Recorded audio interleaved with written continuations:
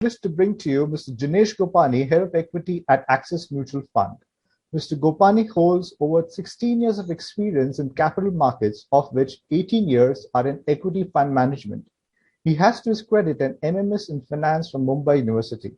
At Axis Mutual Fund, he currently manages the Axis Focus 25 Fund, Axis Long-Term Equity Fund, Axis Growth Opportunities Fund, Axis ESG Fund, and the newly launched Axis Healthcare Fund. He also co-manages many other equity-oriented schemes at the fund house. Mr. Gopani is known to have an eye for quality equity investing and has defined quality with robust investment processes and systems and follows a bottom-up approach to stock picking. Before joining Axis Mutual Fund, he worked with Birla Sun Life as a portfolio manager and with Voyager Capital as a senior research analyst. Mr. Gopani, thanks for joining. We'll discuss navigating the waves of COVID-19. Yeah, My pleasure first to be question, on the call. my first question to you is, when the novel coronavirus or COVID-19 cases were reported in Wuhan, China, towards the end of the calendar year 2019, did you envisage it spreading to the rest of the world, turning out to be a pandemic and causing havoc? No, so see, frankly speaking, at that point of time, when things started getting murkier in China, it was not being envisaged to be spreading across the world. But as the reports started coming out, and fortunately, some of the companies where we are invested, they do have operations in China. And when we were talking to them on a general basis, we got to know that they have started closing down their China office and all sorts of things. So we got a bit worried, but frankly, it was to be fair to you, we never thought that it would be such a big pandemic across the world.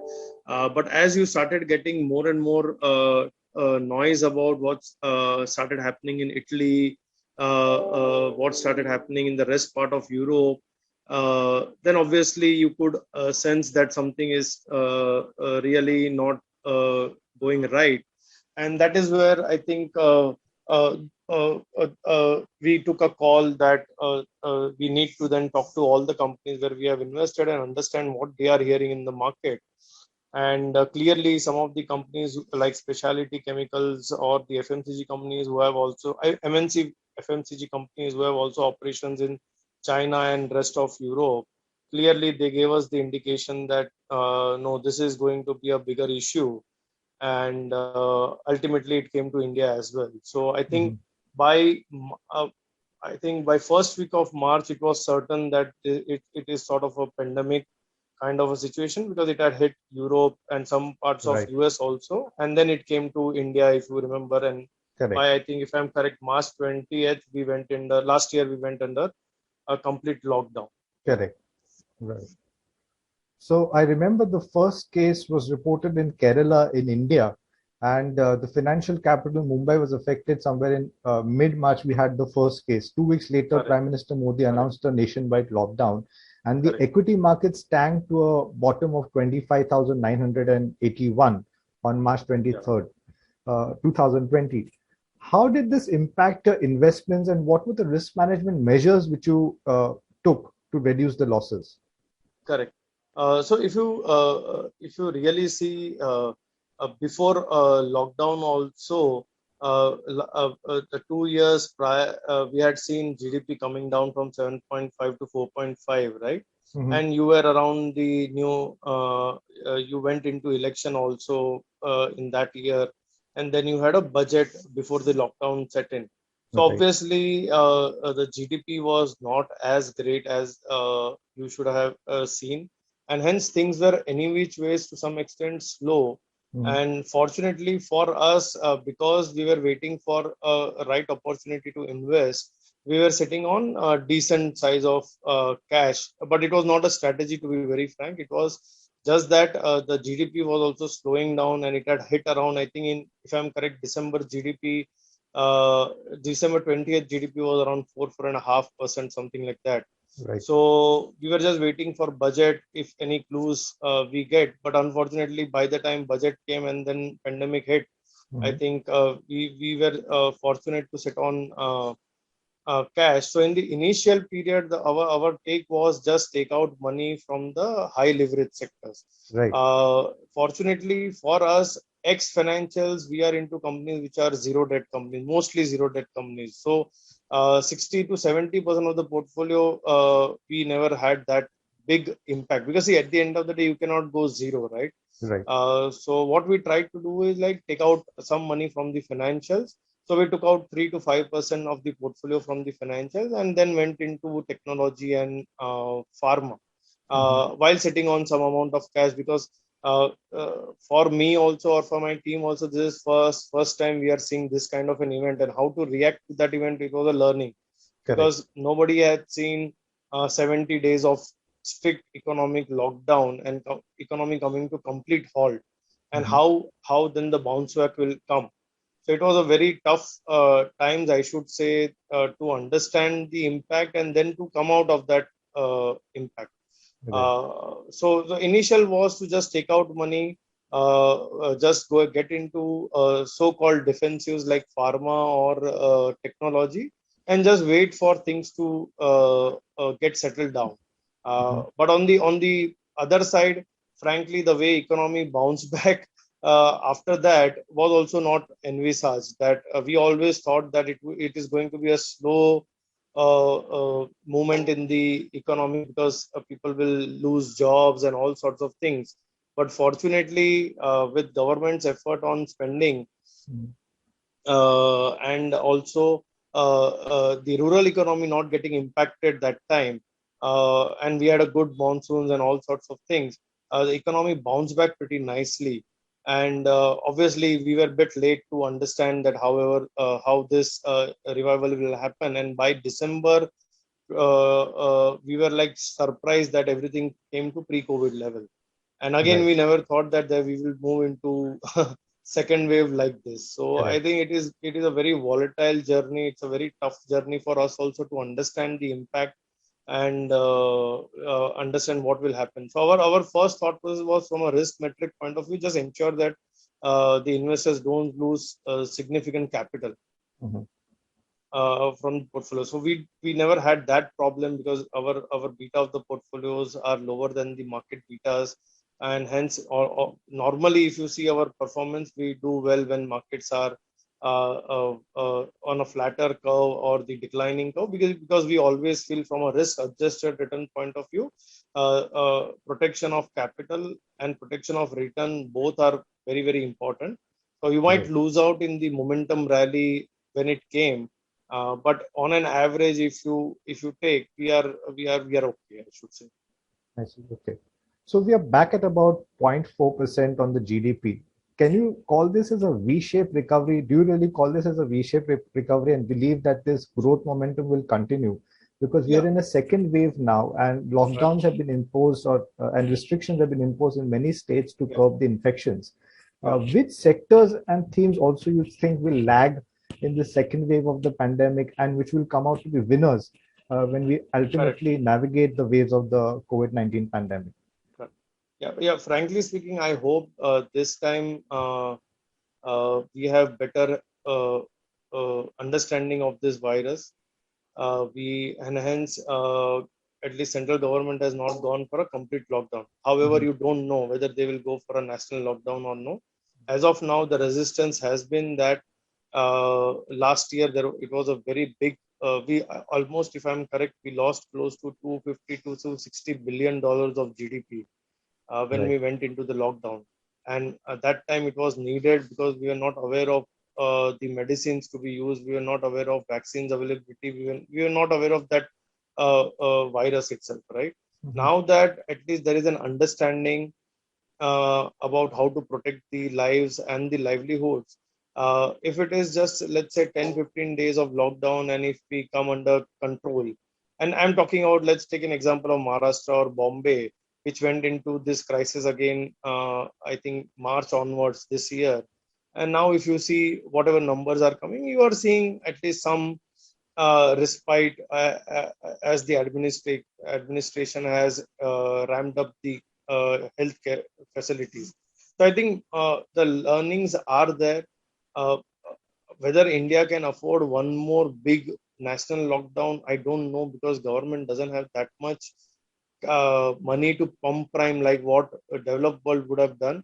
And Mhm. also we are on a vaccination drive, right?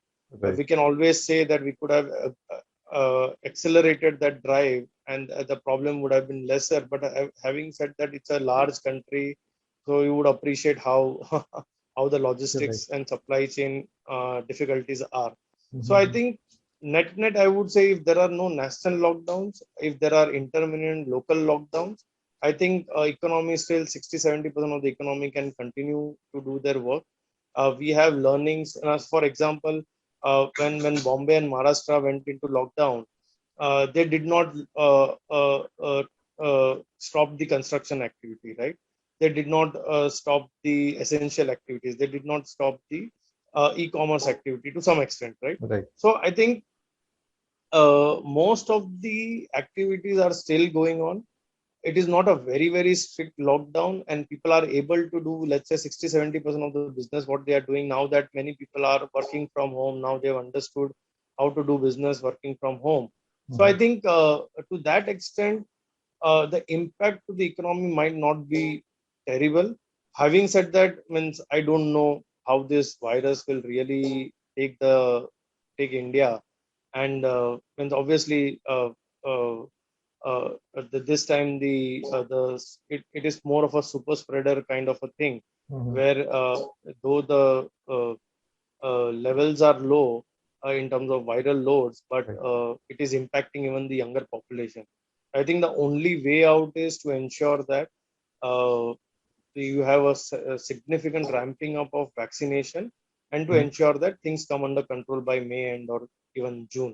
So that is what the understanding is. If you take the example of UK, and if we are like UK, uh, then by May end or June, that is what some of the experts says, uh, we should see plateauing of cases and declining of cases. And I think Bombay is showing that signs. So are you fearing a third wave? Because experts are now indicating a third wave. The number of cases is still over 35 lakh. And do you see this disrupting India's economic growth trajectory? And wealth creation in some form through equities can get disrupted. Which sectors and themes will Yeah. turn out to be winners? Sorry, I forgot to talk about sectors. So clearly, if you really see, it is not going to be a straight curve. It is going to be an ups and downs kind of a situation. Right. Fortunately, having seen a massive second wave, we will learn from our mistakes, and we will improve our healthcare facilities much better in terms of availability of oxygen, availability of beds, availability of some of the key critical medicine. And hopefully for the third wave, we will be ready with massive healthcare facility, which Mhm. should, let's say, even if there is a third wave, we can manage it. I think, see, more important part is people are not dying because of COVID. People are dying because they are not getting proper treatment at right time. Correct. So if we are able to take care of that, and that is what US, Israel, and UK has shown, and by that time, by let's say people are talking about third wave in October, September, something like that, and if we have a massive vaccination, as I said, by July, then I think things will be much better. If you take example of Israel, once they inoculated 30 to 40% of their population, the cases dropped dramatically. Right. Similar, now you are hearing same things in UK. In UK, by June 15th, I think they are talking of opening up the economy in a much better way. And yesterday there was one news which said that the third shot of vaccine will be available to UK citizens in December, and then it will be like a flu kind of a shot, that every year or every 6 months you take this shot, so that the lethality or the severity of this crisis virus, sorry, reduces significantly. So once you have that into play, and if there are no major deaths happening, then I think things will be much better. And now people have started to live with that. Right now there is a fear, right? So people who were not uh, doing simple things like wearing mask or I think now people have realized, because they have seen. I think people getting infected in the family members, family relatives, or even among the friends. So this time, when we should have learned from our first wave only, but whatever said and done, I think now the fear has come much more, and people will be more careful. I hope so. Right. So I think third wave, if managed well through healthcare facility, then shouldn't be any big issue. So how do you view healthcare as a sector or pharma as a sector when it comes to an investment opportunity? Likewise, with people working from home and more emphasis on technology today, how are you seeing Correct. the tech sector as well? So, These two so themes for yeah. investments. So to answer your earlier question, sorry, again I forgot about the sectors what you are betting on. Yeah. So clearly, see if let's say the impact to the economy is let's say only 1% or 1.5%, and still if we are looking at 10% kind of a GDP growth on a lower base for FY22, and hopefully once things are better, 23 and 24 could be 6-7% real GDP growth. Then clearly one sector which I should say good companies in that sector which should do well. If you are betting on the rebound of the economy, then financial is the best sector to play around. However, there will be intermittent volatilities you cannot shy away with because of the near-term lockdowns and all sorts of things. Mhm. Second sector, what we are betting on is in technology.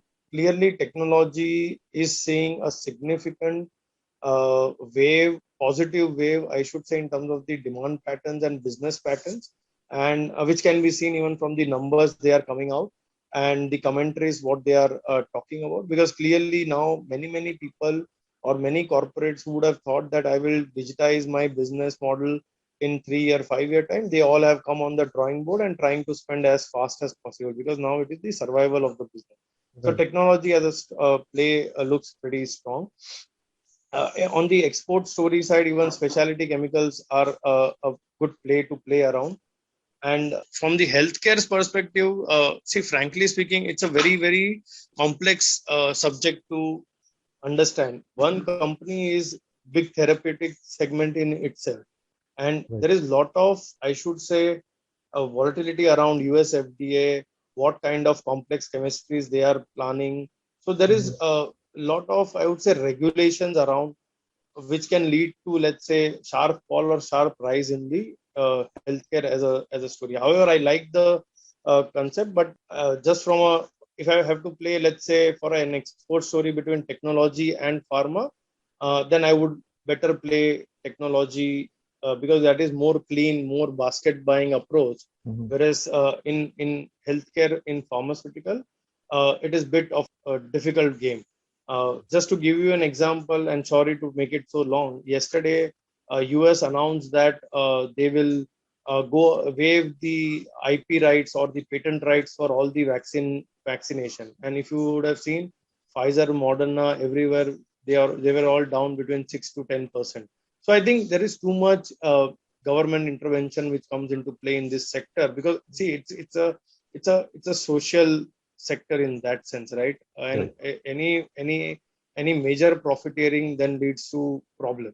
So I think just from that overall perspective, I would say technology is a better play, good companies, good cash flows, and obviously they also have a good runway of growth for next 2-3 years. Right. Are you worried that we may see a sell-in may go away kind of a maxim coming through this summer? Because bond yields are somehow worrying the equity markets. They are impacting the equity markets. Do you see the enthusiasm for Indian equities reducing, or a sell-in may go away kind of a maxim coming true? See, I think, we have already started underperforming the emerging market. If you see the data, we are underperforming by close to 10% odd. The Taiwan is up 20% YTD, Korea is up some 15% YTD, Hang Seng is up 10% YTD, and we would be around 3-4% kind of a thing. Mhm. So clearly, YTD we have already underperformed, and obviously markets are way ahead of any individual person, and they sense it pretty fast than even before the numbers come out. Right. So they have already underperformed. I think the critical would be if it is just a 2 month issue, people are ready to give benefit of doubt. If we are able to contain this virus within 2.5 months time, but if it is a 6 month or a 9 month kind of a situation, then India will be a written off story in that sense. So as of now, why the question would be why markets are holding up and why markets are still ready to give that benefit of doubt, because if you see the companies in top 10 in top 10 category, most of them are all blue chip companies and they have delivered exceptional performance even during this period. So if you take top 10, it is 62% of Nifty, right? So for them to not deliver doesn't look like, because they are still delivering in terms of numbers. So markets have to go down only if we really screw up on the GDP front. Right. But are you worried that, sorry. Yeah, sorry. Are you worried that valuations look a little frothy right now? The margin of safety has reduced for a portfolio construction point of view. Are you looking at that? See, if you take historical data, then answer is yes. But I think the problem is the economics itself have changed.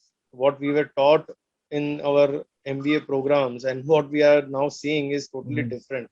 People pump priming more to ensure that economy keeps on running, and still there is no inflation, right? So there are concerns around inflation, but please understand, before equity markets get into a rout, bond markets will go into a rout if global interest rate starts rising beyond a point. Obviously, some rise is expected because of so much pump priming happening over last 1 year.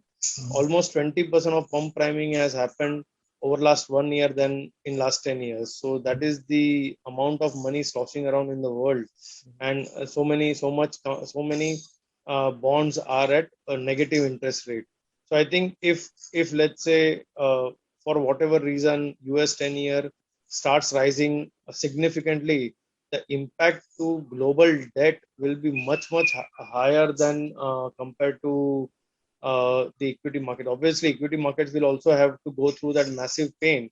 But so if it is calibrated, then I think, always we say that some inflation is always good. Some higher rates are always good for the economy, right? Because that shows the strength of the economy. But if goes out of proportion, and anything going out of proportion, obviously you will have a massive consequence. Correct. And that's what exactly is happening in the bond markets. The government borrowing is around 12 trillion for FY 2022. Our debt to GDP ratio is nearly 70%. It's proliferating, it's increasing, and the fiscal deficit is also widening. So these are the issues for the bond markets, and yields are getting impacted. Correct. The yield curve but on the other side, please understand there is also a deflationary scenario, right? And this is across the world.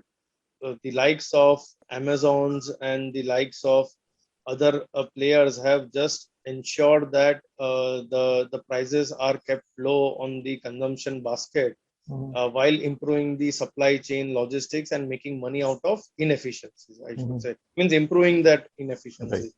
So there has been a deflationary trend across the world in terms of prices. However, as I said, that if let's say some inflation comes, it should be good for the equity markets, because that gives pricing power to the companies to price their product much better way. But let's say if there is an excessive inflation which goes out of control and which destructs the demand, then it is not a great sign.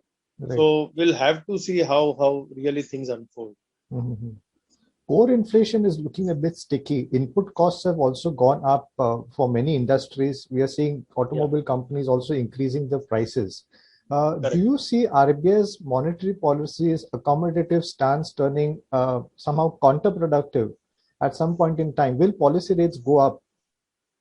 See, at some point of time, given the fiscal deficit number, what we are talking about, they have to start inching up. But that is what I said, that if it is calibrated, and what market doesn't like is the uncertainty. Suddenly you come and hike rates by 50, 70, 75 basis points, then it will be a shock to the market. But let's say if you go give a gliding path saying that maybe after two monetary policies, we will look to review. So that gets synced into the market, right? So people adjust the prices accordingly. Same thing happened if you really see what happened in US as well, right? Once the Federal Reserve gave the gliding path, then the yields cooled off. But initially there was a question mark that new government has come, what will be their stance and what they are looking at and all sorts of things. So I think market doesn't like uncertainties. And if markets are informed well in advance that this is what we are looking at, and we will tinker around accordingly, markets gets adjusted nicely. Mhm. So, so I think interest rates are going to go up. When it goes up, I don't know. We are still in the pandemic area. So there would be some more time to ensure that businesses don't die down because of higher interest rates, higher working capital rates, and all sorts of things. Because then there will be a demand destruction. So I think they will go up, but maybe they will go up in Q4 or Q3. I don't know. Okay, so how are you viewing the rate sensitive sectors? So the consumption theme, if we talk about the rate sensitive sectors, automobile, housing, how are you viewing this at the moment in this No, I think context? once you have stability in the market, once you have in the economy, I think uh, we can show growth all across the sectors because there is huge pent up demand, there is huge penetration opportunity, and but we all forget the job creation, and Mhm. that is where the biggest problem lies. That everyone talks about penetration opportunity, everyone talks about huge India, 130 crore population, all sorts of things, but Correct. if you really see the per capita income improvement, in Mhm. fact, I was very surprised to see Bangladesh taking over India in terms of per capita. And you will Mhm. be surprised. I just heard from one of the experts only that why the per capita income in Bangladesh has gone up because the husband wife both are working. Mhm. Whereas in India, some data suggests that 40% of the urban women have dropped out from the workforce Mhm. for whatever reason. So unless and until you improve jobs, you create more jobs, Mhm. the per capita of the family will not improve. And that is the biggest, I would say, hindrance for our growth. If that is addressed over a period of time, then I think we have huge opportunity for all sorts of products to be sold in the market. Right. Right. Another trend which we have been seeing in the mutual fund industry is that a lot of index funds have been launched. So are Correct. fund managers worried that they cannot generate alpha in this difficult times of COVID-19, or is active fund management losing its appeal? Correct. No, I think a very fair question, relevant question, and this has been happening last 7 8 years in the developed world. So clearly, one is the cost structure, right? The cost Mhm. of getting into that product is far lower as compared to the active Right. funds. However, if you see, those markets are very developed markets, very sophisticated markets. The flow of information and everything is very sophisticated. Mhm. The liquidity is very much around. Whereas in Indian market, still you have price discovery, which is not great. Still you have illiquidity, which is not great, and still you have I should say many companies which are becoming part of Nifty and many companies coming out of Nifty, right? In Right. terms of index stocks. So I would say obviously there is a role for ETFs as well, Mhm. but for active managers, it becomes more important to have a sharper focus on what they are trying to do and not index the product. Because then, if you want to just index the product, then obviously ETFs are more better play Correct. to play, Correct. and you would need more hard work. You will need to do more idea stock picking Mhm. to ensure that the active managers also play a good part in terms of giving returns to the shareholders. And also one more thing is last 10 years, if you see the ETF world, they have not seen a massive fall in the market. Mhm. Dow Jones have been going up for last 10 years. And so it has been a one-way street, right? The true, I would say, the experience of ETF funds will be known only when there is a reverse as well. Right. uh, and that is where whether active fund managers are able to withstand the shocks and are able to outperform that time, or they also fall as like ETF funds. So that Mhm. is also going to be seen over a period of time. But obviously, with lot of liquidity around, as the cost structures are coming down, ETFs are also becoming a large part of everyone's portfolios, I should say. Right. The monthly data also suggests that index and ETFs have seen inflows over the last few months. So are you seeing some change in investor behavior that people are preferring some categories of funds? And typically in your case, at your fund house, what are the type of funds which have seen inflows and outflows? See, fortunately for us, we are on a growing path. We are small as compared to others, and we have seen inflows given our base and given our track record of last 12 years. So, fortunately for us, we are seeing flows in both, I should say, active funds as well as passive funds. In fact, Mhm. active fund flows are much more than the passive fund, given our performance. But our job also becomes much more tougher now, so we have to ensure that we live up to the expectation of the investor while outperforming the markets over a period of time. See, Right. obviously, every day you cannot outperform. You at least need to give 3 to 5 years for any fund manager or any scheme to really become mature and give you those kind of returns. So I Correct. think there are class of investors who are still ready to bet on the fund manager and the team what they have, or the institution where they are investing.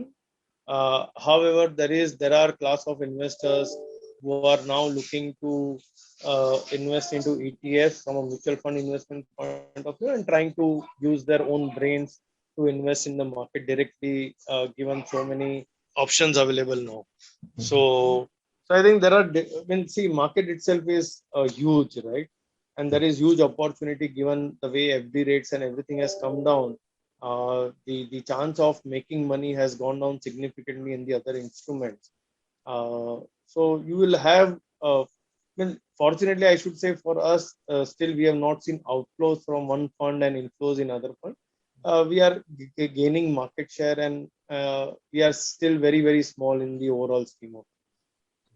So in general, what would be your advice to investors amidst this pandemic, and even otherwise? And how can they be more smart investors and make investing a habit so that it serves to be in their long-term financial well-being? Correct. See, I think the different investors will have different kind of risk appetite. So I don't know how your investors are really Mhm. fitting in those brackets. But clearly, I think you should have everything, and depending on what is your risk appetite, what is the age profile of an investor. I think they should invest all across and try to maximize return, but don't take excessive risk. My humble request would be, don't get into that greed path that every day you are seeing markets going up and let me just catch everything today. You Mhm. see, one is creating wealth is a long term game. Mhm. Making money is a short term game, Correct. right? It is like a cricket, right? Right. When you want to really see the uh, effort of the player and the record what he has, then Test cricket is the best way to look at in terms of the performances.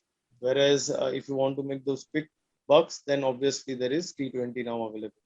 So, so clearly, I mean, depending on the risk appetite, I think one should really bifurcate its money into long-term wealth investments and playing around if at all they want. Mhm. Ideally, I have seen making money for 2 3 years or 2 3 months, and then you start taking big bets and end up losing, and then you start saying it's like a casino market. Whereas on a long term basis, if you understand the importance of compounding, the kind of wealth you will create over a period of, let's say, 5 10 years, it will be a shocker to you. In fact, in my uh, uh, experience also, I have seen so many of my family members holding those HUL or Castrol shares and have made, I mean, huge wealth out of it. And they would have bought, let's say, 1000 shares, 2000 shares for when 20 25 years back. And suddenly, when they wake up and see, even those lakhs have gone into crores. So, Mhm. my point is, uh, uh, if you really want to create wealth at the time when you really need money, right? Uh, then I think long term investment is very important. But if you are at a young age, you want to try out in the market, then obviously you have so many options. Right. So my last question to you, which are the three books or blogs on investing you would recommend to our investors? so that they follow those blogs? The first is which I like is and which I really see that is happening in the world is Fooled by Randomness by Nicholas Taleb. I think it's a great book to read, simple book to read, and you will see.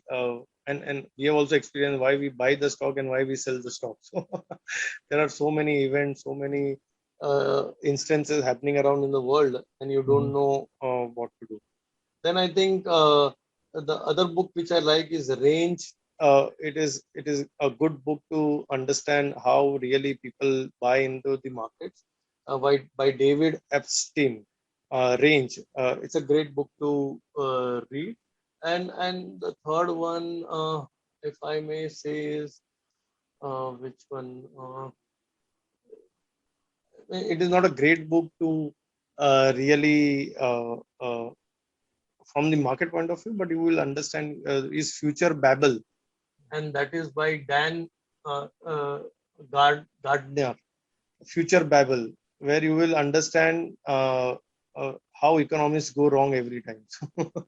So, see, these are the three very different books to go through. I mean, I don't know whether you will like it or no, but this is what I normally would recommend. Right. All right, Mr. Gopani, thank you so much for speaking with Personal FN, for your valuable inputs and time, and it was really wonderful speaking to you. I'm sure investors will immensely benefit from your views. Thank you so much. Thank you, and it was a pleasure. Thank you.